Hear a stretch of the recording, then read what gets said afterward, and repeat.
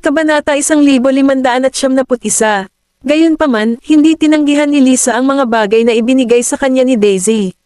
Sa halip, paulit-ulit niyang tinanggap ang lahat ng regalo niya. Nasiyahan siya sa mga ito na parang kanya, at isa lang ang ibig sabihin nito, si Lisa mismo ay ipinanganak na pabo real.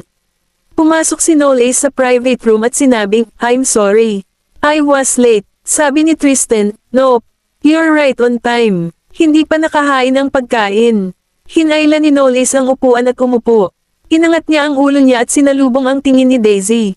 Mabilis na iniwas ni Daisy ang kanyang tingin. Ang mga matatanda ay nag-uusap pagkatapos ng pagkain, habang si Daisy ay nakabaon sa pagkain ng walang salita. Akala ni Colton hindi masaya si Daisy dahil kay Lisa. Nilinggan niya ito at sinabing, "Itaas mo ang iyong ulo, Daisy. Huwag hayaang sirain ng hindi kilalang tao ang iyong kalooban." Alam ng lahat kung sino ang tinutukoy ni Colton, at lumubog ang mukha ni Lisa. Napatingin si Noel sa kanya at nang aasar. Siguro dapat ay umorder tayo ng salmon para sa kanya. Magagamit niya ang omega-3 dito para mapabuti ang paggana ng kanyang utak. Nang marinig ni Daisy ang sinabi ni Noel, sumigaw siya ng galit, "Hindi ko kailangan. Ikaw ang nangangailangan ng omega-3 para mapabuti ang paggana ng iyong utak." Hindi siya nag-effort sa pagbaba ng boses. Ibinaba ni Nicholas at ng iba ang kanilang mga kagamitan at iniangat ang kanilang mga ulo upang tingnan sila. "What's wrong? Why are you guys fighting against each other?" Tumawa si Tristan at tumango. "Sigurado akong nagkakagulo lang sila sa isa't isa." Nakangiting sabi ni Nicholas, "This is good." Laging inaaway ni Daisy si Colton sa bahay. Masayang nag-uusap ang lahat sa mesa. Sinubukan ni Lisa na makisalamuha, ngunit hindi siya magkasya kahit anong pilit niya. Inangat niya ang ulo niya at tumingin kay Daisy. Tila kay Daisy lang nakatingin ang lahat. Inaaliw siya ng mga ito kapag siya ay nagagalit o nagsusungit. Walang magsasabing naiinis siya o pinapagalitan siya. Kahit si Noel kahit nawala na siya ng alaala at hindi na maalala si Daisy, gusto pa rin niyang mapalapit dito. Sa kabaligtaran, tinatrato niya siya na parang siya ang kanyang pangunahing kaaway. Tumayo si Daisy at pumunta sa banyo. Nang pabalik na siya mula sa banyo, nabangga niya si Lisa sa koridor. Lumapit sa kanya si Lisa na may ngiti sa labi at binati siya. "Daisy." Walang pakialam na tumingin sa kanya si Daisy at nagtanong, "Bakit ka lumabas dyan?" I feel awkward staying inside alone." Mukhang hindi ako masyadong tinatanggap ni na Colton at Noel. Napatingin si Lisa sa dulo ng sapatos niya at napapout. Madiin na idiniin ni Daisy ang kanyang labi at mahinahong tumingin sa kanya. Pagkaraan ng ilang sandali, nagtanong siya, "Bumuti na ba ang iyong ama?" Hindi inaasahan ni Lisa na maaalala ni Daisy ang kanyang ama. Kalahating buwan na ang nakalipas, at akala niya ay nakalimutan na ito ni Daisy. She forced a smile on her face and replied, "Salamat sa pagtatanong. Gumagaling na ang tatay ko. Then isama mo na ako sa kanya bukas." Natigilan si Lisa. Bigla niyang napagtanto na tila masyadong nagtatanong si Daisy tungkol sa kalagayan ng kanyang ama. Napanatili niya ang ngiti sa kanyang mukha at nagpatuloy. "Daisy, bakit gusto mong bisitahin ang tatay ko?" "Dahil siya ang iyong ama." Sagot ni Daisy na may matamis na ngiti sa labi. Nag-aalinlangan si Lisa. Gayunpaman, nadama niya na walang paraan na ma-realize ni Daisy ang anuman dahil si Daisy ang pinakatulala at walang muwang na batang babae na nakita niya. "Maghintay pa tayo ng ilang araw. Iyon ang sinabi mo noong nakaraan, ngunit hindi ka lumapit sa akin." Diniinan ni Daisy, nag-alay ng matamis na ngiti kay Lucy. "Akala ko ba, magiging magkaibigan ulit tayo. So, syempre, kailangan kong alalahanin ang kapakanan ng tatay mo." Napakagatlabi si Lisa at nagpatuloy sa pagsisinungaling kay Daisy. "Actually papa ko. Oo, lagi niyang iniisip na ikaw ang dahilan kung bakit hindi ako nakakapag-aral. Kahit na ipinaliwanag ko sa kanya, hindi niya ako pinakinggan. Kaya pala hindi ako naglakas loob na dalhin ka sa kanya. Ako, nag-aalala ako na siya." Ito ay tila ang perpektong dahilan para kay Lisa. Sigurado siya na hindi pa ulit-ulit na hihilingin sa kanya ni Daisy na dalhin siya sa kanyang ama. Gayunpaman, bumulala si Daisy, "Hindi ka makakapunta sa paaralan." Kabanata 1592. Tumango si Lisa habang mahigpit na kinuyam ang kanyang damit. "Ang iyong pamilya ang nag-utos sa lahat ng mga paaralan sa Baseburg na tanggihan ang aking mga aplikasyon, at ngayon ay kumilos ka na parang nagmamalasakit ka." "Ha, ipokrito." Hinawakan ni Daisy ang kamay niya at nagpatuloy. Kung ganoon, kailangan kong makita ang papa mo at magpaliwanag sa kanya. Nagbago ang ekspresyon ng mukha ni Lisa, at kinakabahan niyang sinabi, I don't think there's need for that. Iniwas niya ang tingin at idinagdag, hindi mo kailangang magpaliwanag sa tatay ko, Daisy. Bakit? Tiningnan siya ni Daisy at nagtanong, gusto mo bang patuloy na magkaroon ng hindi pagkakaunawaan ng iyong ama tungkol sa akin? Napakagatlabi si Lisa at hindi na umimik. Lisa, hindi ka pa rin nagbabago. Kahit hanggang ngayon, nagsisinungaling ka pa rin sa akin. Hindi maintindihan ni Daisy. Kung inamin ni Lisa na walang sakit ang kanyang ama at nagsisinungaling siya, baka binigyan pa niya ito ng isa pang pagkakataon. Kung tutusin, lahat ay nararapat ng pangalawang pagkakataon. Gayunpaman, pinili ni Lisa na patuloy na magsinungaling sa kanya. Nagbago ang ekspresyon ni Lisa. Daisy, anong pinagsasabi mo? Nakapunta na ako sa bahay niyo. Napatigil si Lisa. Kalmadong nagpatuloy si Daisy. Gusto kong patunayan na totoo ang sinabi mo. Pero sinabi sa akin ng kapitbahay mo na walang sakit ang tatay mo at pwede pa daw itong magtrabaho. Biglang binitawan ni Lisa ang kamay ni Daisy. So pinaghihinalaan mo ako. Handa kang maniwala sa sinasabi ng mga kapitbahay, at hindi ka man lang naniniwala sa akin. Pero totoo na nagsisinungaling ka sa akin. Na-disappoint noon si Lisa kay Daisy kaya wala nang pag-asa ang huli para sa kanya. Tama si Noel Ace, siya ay isang tulala. Kung hindi, hindi siya maniniwala sa lahat ng sinabi sa kanya ni Lisa noong nakaraan. Gayunpaman, ngayon lang siya naniniwala sa sarili niya. Kahit na hindi niya nakita kung may pisikal na karamdaman ang kanyang ama sa kanyang sariling mga mata, hindi dapat siya tinalikuran ni Lisa kung hindi siya nagsisinungaling. Hindi inaasahan ni Lisa na maghahinala si Daisy sa kanya at pupunta siya sa kanyang bahay para tingnan kung nagsisinungaling siya o hindi. Matapos ang ilang sandali ng katahimikan, tumingin ulit siya ng walang ekspresyon kay Daisy. Hinawakan niya ang braso ni Daisy at sumisitsit ang nagngangalit na mga ngipin. So you went ahead and investigated me without my permission. Daisy, it's all your fault na hindi ako makakapasok sa school. Anong ibig mong sabihin na akin na ang lahat? Bago natapos ni Daisy ang kanyang pangungusap, napaatras si Lisa at nahulog sa sulok ng dingding. Gusto siyang sunggaban ni Daisy, ngunit huli na siya. Bumagsak si Lisa sa sahig, at noontog ang noo niya sa dingding. Lumabas si Nicholas at ang iba pa sa pribadong silid, at nakita nilang lahat ang nangyari. Anong ginagawa niyong dalawa? Nakaupo si Lisa sa sahig. Pulang-pula ang kanyang mga mata sa paligid ng rims. Ang paraan ng pagpipigil niya sa mga luhang umaagos sa kanyang mga mata ay matutunaw ang puso ng mga tao, at kitang-kita ang sugat sa kanyang noo. Ang mas nagkataon pa ay huminto ang braso ni Daisy sa himpapawid, at parang siya ang nagtulak sa kanya sa sahig. Bago ang sandaling ito, hindi sumagi sa isip ni Daisy na ang kalikasan ng tao ay maaaring maging napakasama. Lolo, hindi ko siya tinulak, sabi ni Daisy. Tumayo si Lisa at yumuko sa kanila. She took all the responsibility on herself and said, I'm sorry, this isn't Daisy's fault. Hindi ako nagpapansinan nung naglalakad ako, and I'm sure hindi sinasadya ni Daisy. Napatingin si Daisy sa kanya nang may pagtataka at sinabing, nahulog ka sa sarili mo, at iniipit mo ito sa akin. Napahikbi si Lisa. Si Daisy ay walang muwang at walang kapantay kay Lisa. Daisy, kumunat ang noo ni Nicholas at mariing sinabi, mukhang masyado ka naming na-spoil. Natuto kang ipasa ang balde sa iba. Kung may nagawa kang mali, kailangan mong humingi ng tawad. Hindi ko siya tinulak pababa. Sigaw ni Daisy na nangingilid ang luha sa mga mata. Mr. Goldman Sr., mangyaring huwag kang magalit kay Daisy.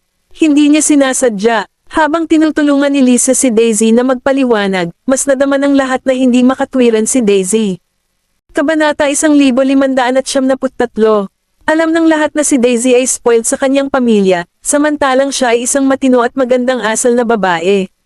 At saka, lahat ay maniniwala lamang sa bagay na nakita nila ng kanilang mga mata.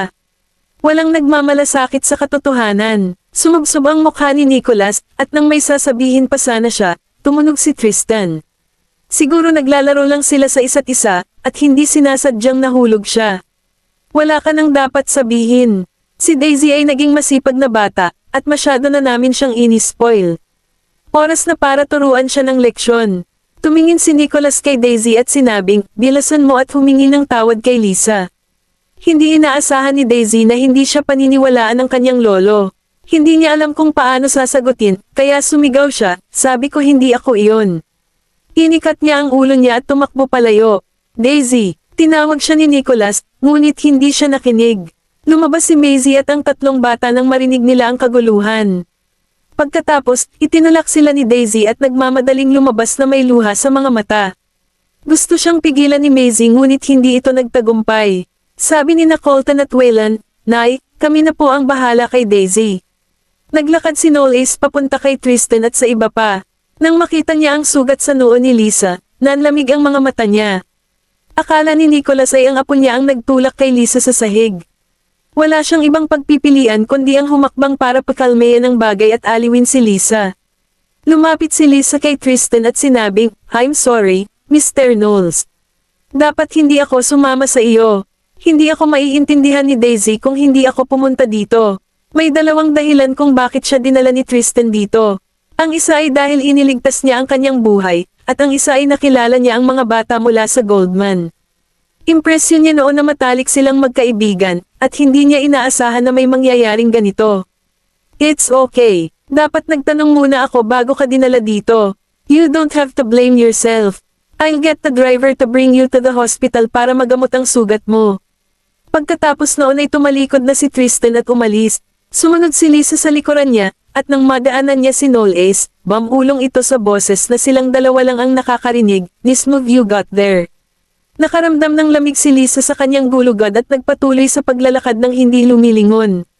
Si Daisy ay naglalaro sa isang swing sa parke. Siya ay pinalubha at nalungkot sa pakiramdam ng hindi pagkatiwalaan sa unang pagkakataon. Lumapit si Waylon sa kanya at lumuhad sa harapan niya. Itinaas niya ang kamay niya para haplasan ang ulo niya at sinabing, anong nangyari, Daisy? Ipinaliwanag ni Daisy ang lahat sa kanila ng humihikbi na boses. Nagiba ang ekspresyon ni Colton matapos marinig ang sinabi ni Daisy. Damn Lisa, talaga bang iniisip niya na wala akong gagawin sa kanya pagkatapos makuha ang suporta ng Knowles? How dare she set Daisy at dahilan para mapag-alitan siya ni Lolo? Nang tumalikod na siya at aalis na sana, sinabi ni Waylon, Colton, huwag kang gagawa ng anumang bagay na padalos-dalos hanggat wala tayong ebidensya para kumbansihin sila.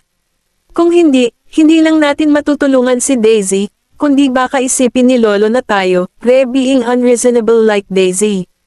Pinigilan ni Colton ang kanyang galit at sinabing, tingnan ko ang mga surveillance camera. Tumigil sa pag-iyak si Daisy at huminga ng malalim. Kuya, wala ba talaga akong silbi? Wala siyang magawa. Tulad ngayon, ang tanging nagawa niya ay ang umiyak sa paglala. Hinaplos ni Waylon ang kanyang ulo at malumanay na sinabi, Nope. Not at all. For me, you're the best in the world. Gabi na nang bumalik si Daisy at ang kanyang mga kapatid sa mansyon ng Goldman. Pagpasok, palang nila sa bahay ay nakita nilang kausap ni Maisie si Nicholas. Mabagsik ang ekspresyon ng mukha ni Nicholas. Hindi kumibo si Daisy at diretsyong umakyat. Tumayo si Maisie at sinabing, Tay, susuriin ko siya. Tumango si Nicholas. Alam niyang sinisisi siya ng kanyang apo. Gayunpaman, tiwala siya na walang sino man ang mananatiling kalmado at magkakaroon ng luho upang tingnan ang katotohanan kapag sila ay bumangga sa isang sitwasyon tulad ngayon. At saka, kung pipiliin niyang kampihan ang apo kapag ito ang may kasalanan, baka masamain sila ng ibang tao kapag lumabas ang balita. Kabanata 1574.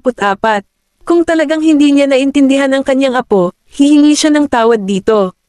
Kumatok si Maisie sa pinto. Nang itulak niya ang pinto at pumasok sa kwarto, nanlulumong nakahiga si Daisy sa kama. Umupo siya sa gilid ng kama at sinabing, Daisy, naniniwala ako sa iyo. Tumayo si Daisy at sinabing, pero hindi naniniwala sa akin si Lolo. Hindi alam ng lolo mo ang buong kwento, kaya paano mo aasahan na paniniwalaan ka niya? Hinaplos ni Maisie ang kanyang pisngi at sinabing, maraming bagay sa mundong ito ang hindi mo malalaman, lalo na ang kalikasan ng tao. Hindi ka dapat nagkikimkam ng masamang intensyon laban sa iba, ngunit dapat mong malaman kung paano protektahan ang iyong sarili. May ilalim linya para sa kabaitan at awa. Simula sa sandaling may naglabas ng mga pangil sa iyo, dapat mong malaman na ito ang oras na kailangan mong lumaban at hindi ka tangahang umasa na magbabago sila, maintindihan. Ibinaba ni Daisy ang kanyang ulo. Totoong nanlambot siya kay Lisa at hindi niya ito sinabi kahit kanino nang magsinungaling si Lisa tungkol sa sakit ng kanyang ama. Matapos ang pangyayaring ito, Napagtanto ni Daisy na sinasamantala ni Lisa ang kanyang kabaitan at mabuting kalikasan. Iyon ang dahilan kung bakit nagkaroon siya ng lakas ng loob na ipagpatuloy ang parehong mga trick sa kanya ng paulit-ulit.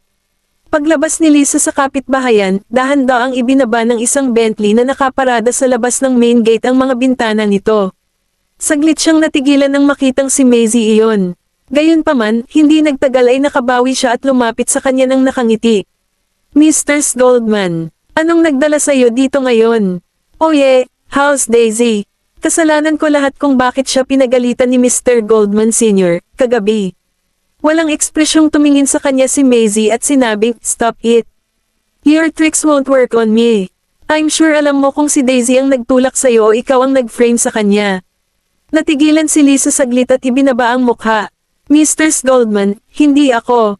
Iniunat ni Maisie ang kanyang braso at hinawakan ang kanyang baba. Lisa, sa tingin mo ba hindi ako maglalakas loob na saktan ka dahil lang sa bata ka? Namutla ang mukha ni Lisa, at ang nagyayelong tingin ni Maisie ay nagpalamig sa kanya hanggang sa buto. Lahat ng tao ay pareho. Manghuhuli lamang sila ng mga taong mas mahina kaysa sa kanila, at hinding-hindi nila pipiliin ang isang tao sa kanilang sariling laki. Naglakas loob si Lisa na puntiryahin si Daisy dahil alam niyang walang gagawin si Daisy sa kanya. Binitawan siya ni Maisie at sinabing, "Pumasok ka. Sasama ka sa akin para makita ang lolo ni Daisy. Gusto kong sabihin mo sa kanya ang totoo." Dinala ni Maisie si Lisa sa mansyon ng Goldman. Hindi lang sina Nicholas at Nolan ang nandoon, maging si Tristan ay nandoon din. Ibinaba ni Nicholas ang tasa at seryosong tumingin kay Lisa. "Anong nangyari kagabi? Tinulak ka ba talaga ni Daisy?" Naikuyom ng mahigpit ni Lisa ang kanyang mga kamao, at ang kanyang mukha ay namumutla sa bawat segundong lumilipas. Maingat niyang sinulyapan si Maisie, at napapikit si Maisie. "Mas mabuting sabihin mo ang totoo." Hindi man natapos ni Maisie ang kanyang pangungusap, alam ni Lisa ang kanyang sinasabi. Kinagat niya ang labi niya at ibinaba ang ulo. "Mr. Goldman Sr., ako mismo ang bumagsak noong gabing iyon. Hindi kasalanan ni Daisy." Lumingon si Tristan at sinabing, Alam kong misunderstanding lang iyon. Na-misunderstood mo si Daisy." Napabuntong hininga si Nicholas, "Masyado akong impulsive noong gabing yon. Tutal, nag-aalala ako na baka may magawang mali talaga si Daisy." Sa sandaling iyon, bumaba si Daisy kasama ang kanyang mga kapatid. "Nahulog ka, pero sabi mo ako ang nagtulak sa'yo." Malakas ang boses niya, at lahat ay napalingon sa kanya. Natigilan si Lisa at nagmamadaling nagpaliwanag, "Hi. I didn't." "Oo, meron ka." Huminto si Daisy sa harapan niya at nagpatuloy. "Sabi mo na ospital ang tatay mo dahil may sakit, pero nabalitaan ko sa mga kapitbahay mo na wala naman daw sakit ang tatay mo. Hindi kita pinahalata dahil naisip ko na may sarili kang dahilan para magsinungaling sa akin. Pero hindi ko ine-expect na i-frame mo ako sa pagtutulak sa'yo pababa. Ikaw ang humila sa kamay ko at nahulog sa sahig. Gusto mo lang na hindi ako maintindihan ng lolo ko at ni Tia Tristan, di ba?" Napanganga si Lisa habang nakikinig sa sinabi ni Daisy. Hindi niya inaasahan na ilalantad ni Daisy ang lahat. Kumunat ang noo ni Tristan at tumingin kay Lisa ng may pagtataka. Kabanata 1575. Totoong iniligtas ni Lisa ang buhay ni Tristan, ngunit kung totoo ang lahat ng sinabi ni Daisy at nagsinungaling siya tungkol sa sakit ng kanyang ama para makuha ang tiwala nito, titingnan niya ang babaeng ito sa isang bagong liwanag at nagsimulang maghinala kung may lihim na motibo ang babaeng ito sa paglapit sa kanya. Hindi niya akalain na may mga bata na kasing galing ni Noel Ace o ng Goldman sa pagmamanipula ng ibang tao.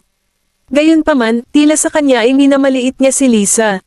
With those thoughts in mind, Tristan asked, "Totoo bang nagkasakit ang tatay mo, o hindi?"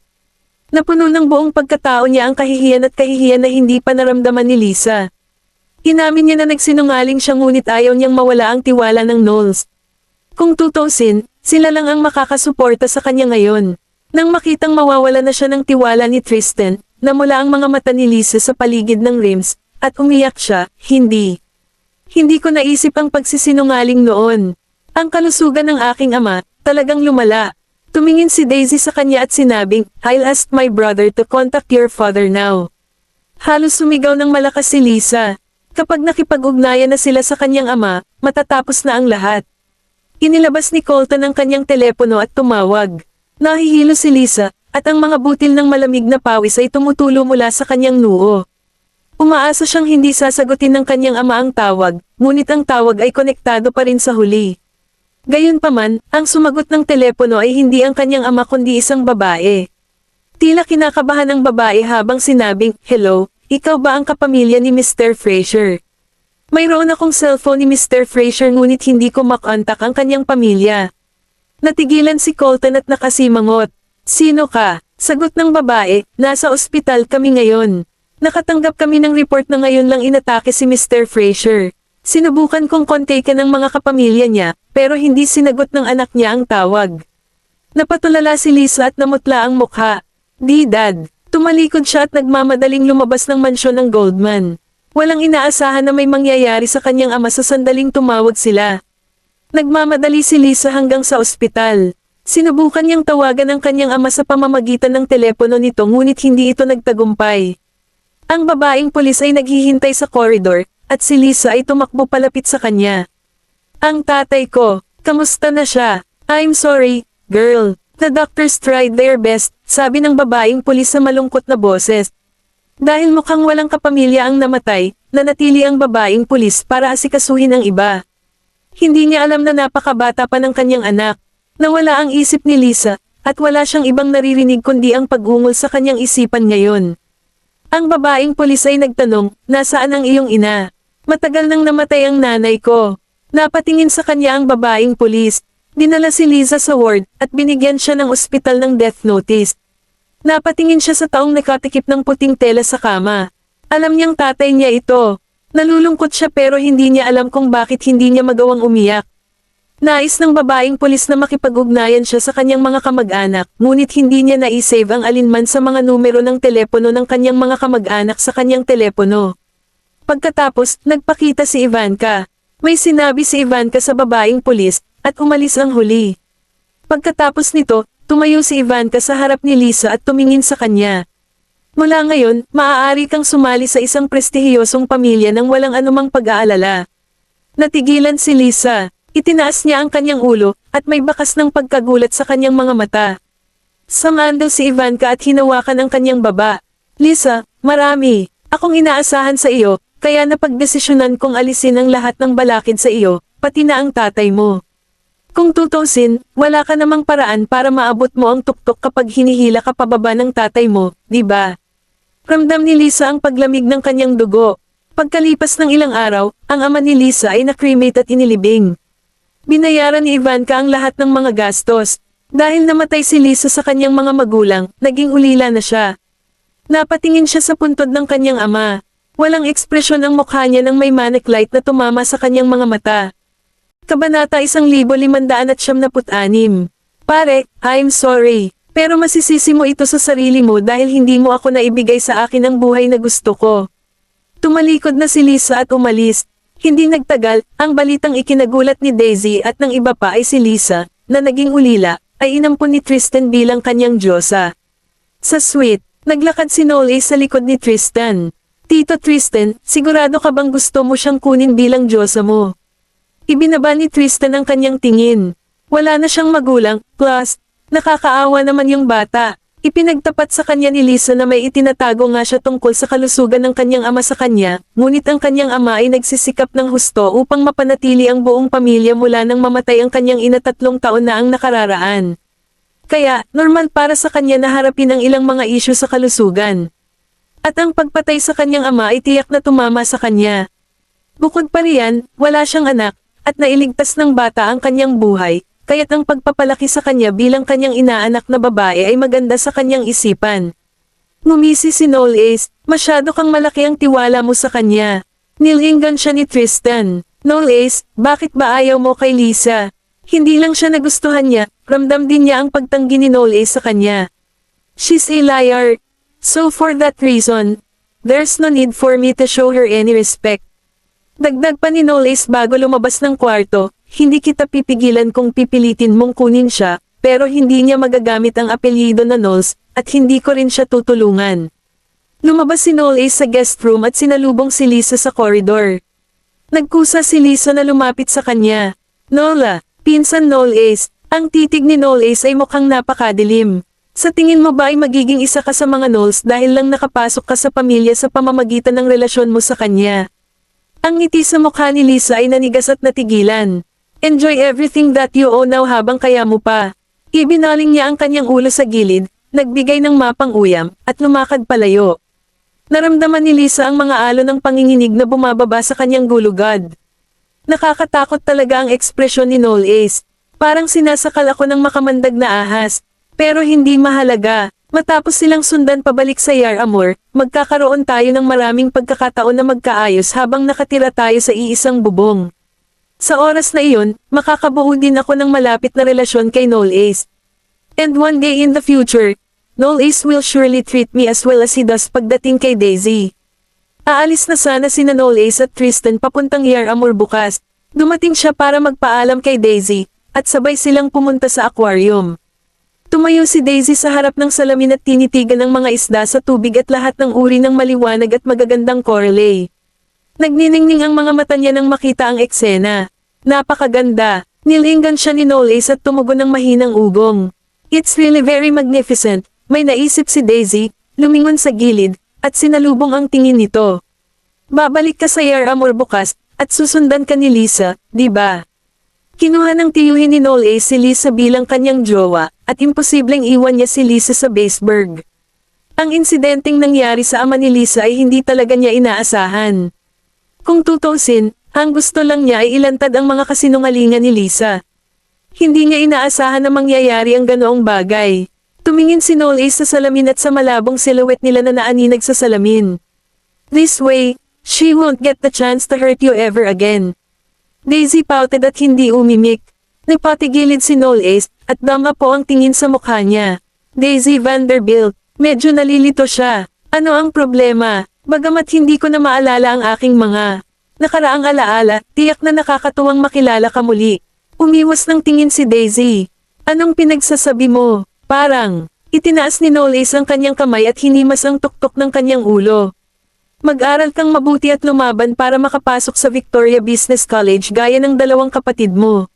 Ngumuso siya. Don't underestimate me. Papasok talaga ako. Ngumiti siya. Kung gayon ay inaabangan ko ang iyong magandang balita. Kabanata 1577. Sa isang kisap mata, 4 na taon na ang lumipas. Sa Yar Amor, sa Victoria College. Katatapos lang ni Daisy sa kanyang performance sa isang stage play. Pagpunta niya sa backstage para magpalit ng damit, nakita niya ang isang bouquet ng bulaklak at isang asul na kahon ng regalo sa kanyang mesa. Lumapit siya sa desk, pinulot ang mga bulaklak, at binasa ang card doon. Happy birthday! Nagtaas siya ng talukap at nakita niya ang refleksyon ng isang taong nakasandal sa pinto sa salamin. Paano mo nalaman na birthday ko ngayon? Napasandal si Noel Ace sa pinto. Siya ay lumaki, at ang kanyang mga tampok sa mukha ay naging mas malinaw kaysa dati. Mas mature din siya, energetic, at gwapo. Nang hawakan ang kanyang pangako, natanggap ni Daisy ang sarili sa Victoria College at nagtapos sa drama, theater, at film. Kasama si Colton, naging alumni sila ng Noel Ace. Si Waylon lamang ang hindi piniling mag-aral sa Victoria College ngunit nag-aral sa nangungunang business college sa Stoslow. I dare you to name something that can stop me if I want to know something. Naglakad siya patungo sa kanya, iniunat ang kanyang kamay upang tanggalin ang kanyang mga accessories sa buhok, at ang kanyang mahabang itim na buhok ay nahulog na parang seda. Nakakasilaw siya sa kanyang makatarungang, mala-porselana na balat, kapansin-pansing hitsura, at hindi nagkakamali na figure. Siya ay karapat-dapat na tawaging Aphrodite ng departamento ng mga mag-aaral ng drama, theater, at film department. Nilagay niya ang hinlalaki niya sa gilid ng labi niya at ilang segundo lang ay pinunasan niya ang lipstick sa labi niya. Sandaling natigilan si Daisy. Sa pagkakataong ito ay itinulak ang pinto ng dressing room, na nagpakawala ng malakas na kalabog. Napatingin ang dalawa sa pinto at nakita si Colton na nakatayo sa labas. Agad na nagdilim ang kanyang ekspresyon nang makita ang eksena sa kanyang harapan. Noel Ace Knowles, nililigawan mo ba si kamatayan? How dare he touch Daisy? Tumaas ang kilay ni Noel Ace, mukha siyang kalmado pero mapanukso. Tinakpan ni Daisy ang kanyang noo gamit ang kanyang palad. Pagkalipas ng lahat ng mga taon na ito, ang ugali ni Colton kay Noel Ace ay hindi nagbago ng kaunti. Colton, bakit ka nandito? Bakit? Iniistorbo ko ba kayong dalawa? Lalong tumindi ang tono ni Colton. Ang paypang babaeng ito ay nagsisimula ng kumampi sa iba sa halip na sa sarili niyang kapatid. Tumakbo si Daisy palapit sa kanya at niyakap ito ng nakangiti. Why would you think so? It's my birthday today. Anong regalo ang dinala mo sa akin? Lalong naging malungkot ang ekspresyon ni Colton pagdating sa kanyang birthday gift. Binili talaga ng isang bastard ang regalo na hinanap ko ng maaga at matagal ko nang napapansin. Babayaran kita kapag naihanda ko na ang isa pang regalo. Sa sandaling iyon, kinuha ni Knowles ang asul na brocade box. Tumigil sandali si Colton, nagngangalit ang kanyang mga ngipin, at ngumiti. Ikaw ba? Casual na binuksan ni Knowles ang brocade box, at nakalagay sa loob ang isang sapphire brooch na hugis Corolla, at ang presyo nito ay kasing taas ng 6 na figure. Parang pareho tayo ng taste. Stop trying to cotton up to me. You'll never share the same taste as you. Ilang araw nang naghahanap ng regalo sa mga magazine ng alahas si Colton at pinaplano niyang bilhin ito pagkatapos ng mahabang paghahanap, para lang malaman na may nakabili na nito bago niya ito ginawa. Gayunpaman, hindi niya inaasahan na ito ay si Knowles. Kinuha ni Daisy ang sapphire brooch at tumawa. Mukhang maganda ang brooch na ito. Tumagilid ang ulo ni Knowles, tumingin sa kanya, at lumapit sa kanya. Natutuwa akong malaman iyon. Bahagyang damilat si Colton. Mula nang makapasok din si Daisy sa Victoria College, hindi na. Umalis ang bastard na ito sa tabi ni Daisy. Siya ay tulad ng isang pulot pukyutan na natagpuan ang kanyang sarili ng isang pitsyel ng pulot. Hindi ako tanga. Malinaw na sinusubukan ni Knowles na ligawan si Daisy. At, ang kanyang mga aksyon ay lalong nagiging maliwanag. Humakbang si Colton, hinayla si Daisy sa likuran niya, at pinandilatan si Knowles. Ikaw, lumayo ka sa kanya. Dahan-daang inayos ni Knowles ang kanyang manggas. Pero matanda na si Daisy. 18 na kaarawan niya ngayon. So what? You won't stand a chance. Kinuha ni Colton si Daisy. Inilabas si Daisy sa kwarto at pinasok niya sa koridor. Unti-unti siyang bumalik sa kanyang katinoan at nagbigay ng walang magawang ekspresyon. Colton, nandito lang siya para ipagdiwang ang kaarawan ko. Kabanata 1578. Pero kailangan ba niyang maging malapit sa iyo para ipagdiwang ang iyong kaarawan? Binitawan siya ni Colton at tinapik ang noo gamit ang hintuturo nito. Hanggang kailan mo ba ako kailangang mag-alala sa iyo? Sa paglipas ng mga taon, siya ay nagbabantay laban kay Knowles na parang isang magnanakaw. Ngayong 18 taong gulang na ang kanyang ate, tiyak na maaalis ito kapag hindi siya nito binigyan ng sapat na atensyon. Napasapaw si Daisy sa kanyang noo at napangisi. Hindi na ako babae na nangangailangan ng proteksyon ng kapatid ko. Okay, pumunta na ang mga magulang natin sa Yar Amor para lang ipagdiwang ang kaarawan ng kanilang munting prinsesa. Ngayon pumunta ka na at magbihis ng maayos para ngayong gabi. Dapat ang ating munting prinsesa ang sentro ng atensyon sa pagdiriwang ng kanyang kaarawan. Kahit na pumunta si Daisy sa Yar Amor upang ipagpatuloy ang kanyang pag-aaral, sina Maisie at Nolan ay pupunta sa ibang bansa at magdaraos ng isang piging para sa kanya upang ipagdiwang ang kanyang kaarawan taon-taon. Maliit na birthday party lang noon, pero iba ngayong taon dahil nad-obol ito bilang coming of age ceremony niya. Sa makatuwid, ito ay napakahalaga sa kanilang lahat.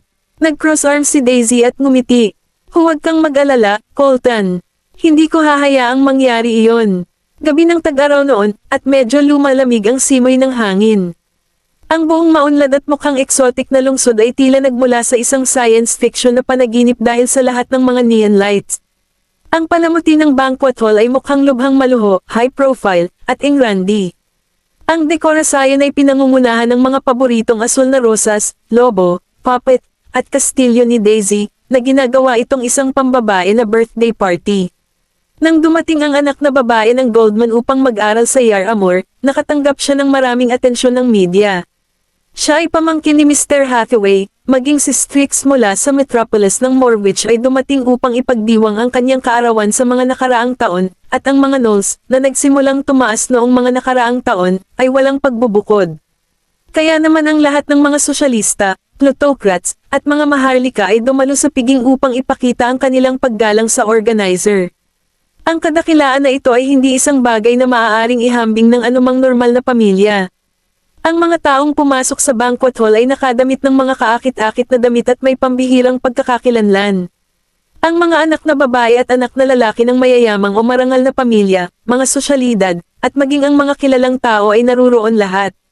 Binuhat ni Yorick ang kanyang anak na babae, na ilang taong gulang at dumating sa piging kasama ang kanyang matamis na asawa, si Zyla.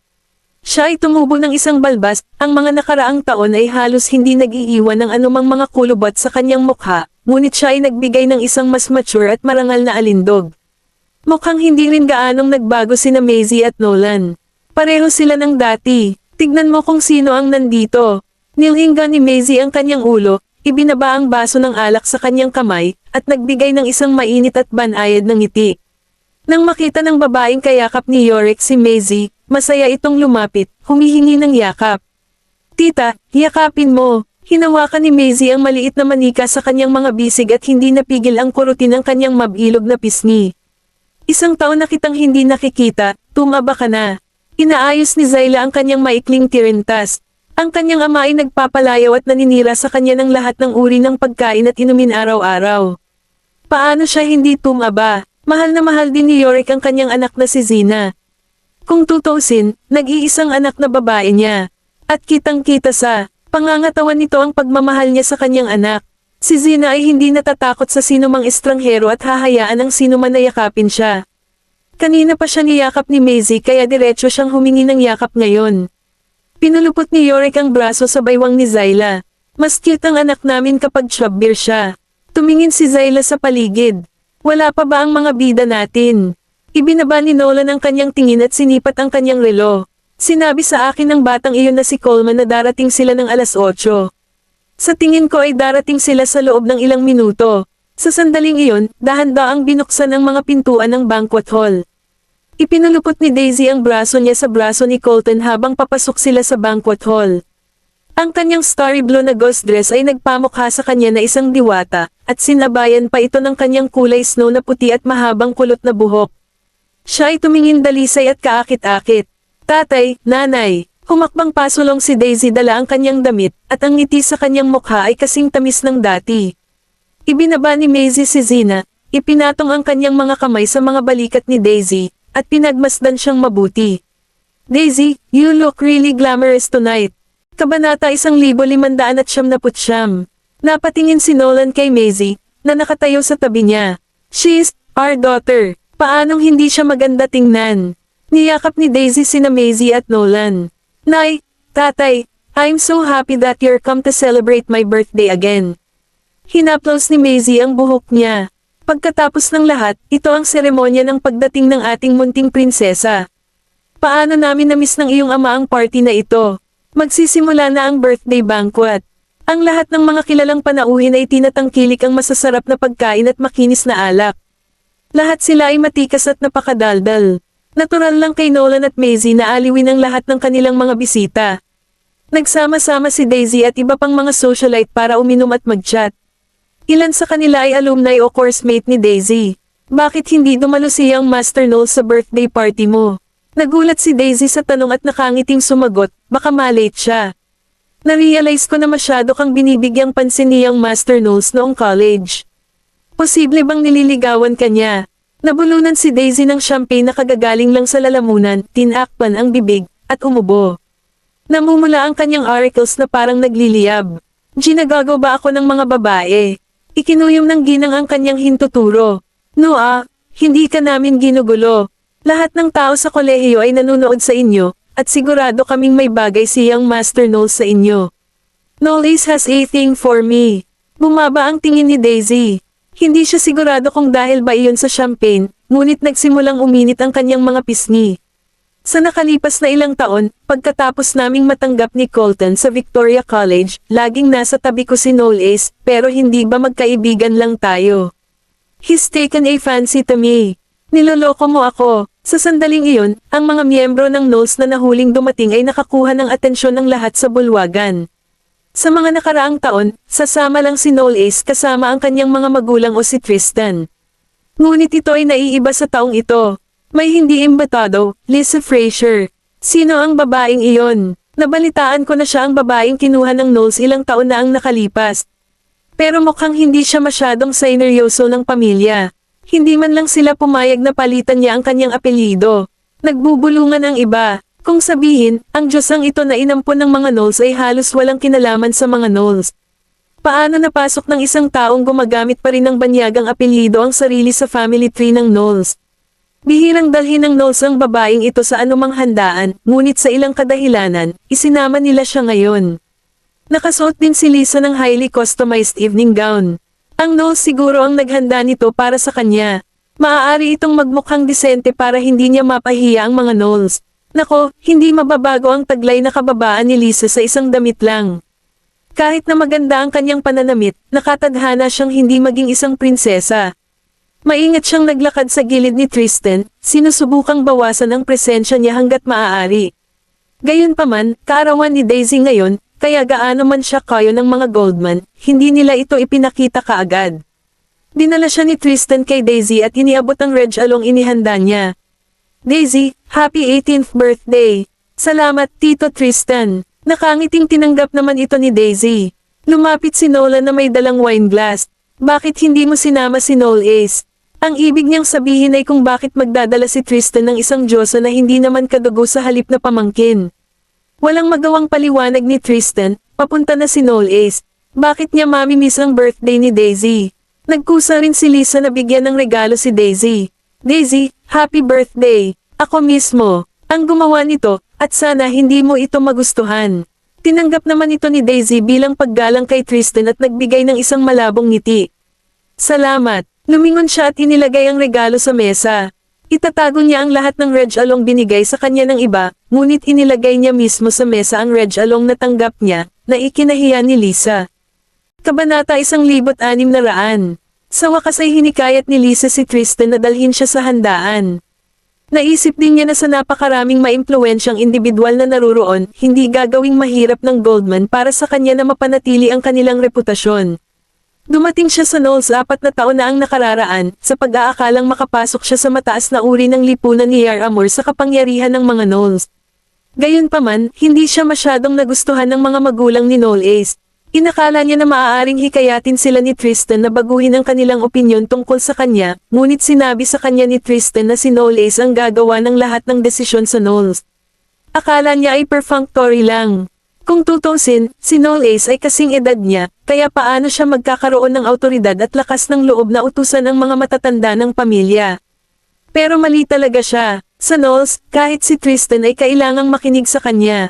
Maging ang mga magulang ni Noel Ace ay hindi maglakas loob na pilitin si Noel Ace sa anumang bagay na ayaw niyang gawin. Si Noel Ace ay 14 na taong gulang lamang noon. Hindi lang niya kailangang pumasok sa paaralan kundi nagpatakbo rin siya ng isang kumpanya. Ang lahat ng mga katulong sa mansyon ng Knowles ay palaging gumagalang sa kanya at tinawag siya bilang ang batang master ng Knowles. Akala niya noon, hanggat kaya niyang dilaan ang bote ni Tristan at maging Diyosa niya, magagawa niyang makinig sa kanya si Noel Ace. Hanggang sa lumipas ang 4 na taon ay napagtanto niya kung gaano kalaki ang kanyang orihinal na ideya. Kung alam niya na si Noel Ace ang pinakamakapangyarihang tao sa Knowles, hindi siya magsusumikap para makuha ang tiwala ni Tristan. Naniniwala siya na makakasundo niya ng maayos si Noel Ace at mapapalitan ito ng opinyon tungkol sa kanya, ngunit nagkataon na natanggap si Daisy sa Victoria College sa huli. Dahil naging hadlang si Daisy, hinding-hindi mababago ni Noel Ace ang kanyang saloobin sa kanya.